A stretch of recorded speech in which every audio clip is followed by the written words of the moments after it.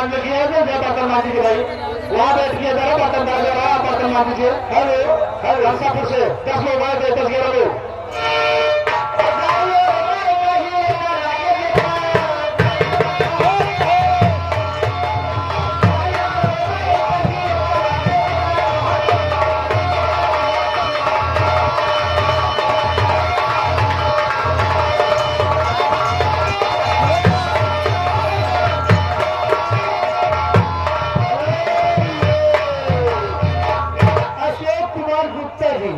बार-बार लगातार धुआंधार 21 रुपए का पुरस्कार, इनका स्वागत कीजिए। बहुत बहुत शुक्रिया बाबू जी की। और कहना क्या है?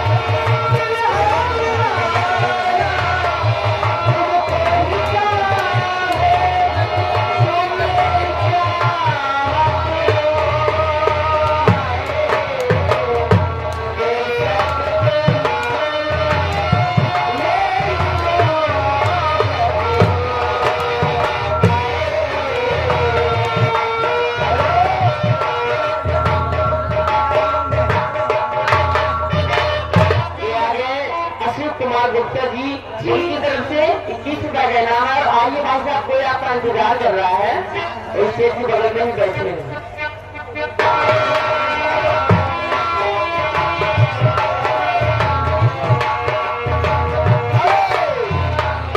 प्रदीप कुमार और ब्रजेश कुमार, अब बोला है, इधर आइए आप। प्रदीप कुमार और ब्रजेश कुमार जी, भाई साहब कलवा निवासी बहुत पीछे बैठे हुए हैं जी। बात करके यानी 11 रुपए का इनाम है। बहुत शुक्रिया। ये लोग सब भक्त मने भक्ति गाने की फरमाइश किया है। भक्ति गाने की फरमाइश है, चोली के नीचे क्या है?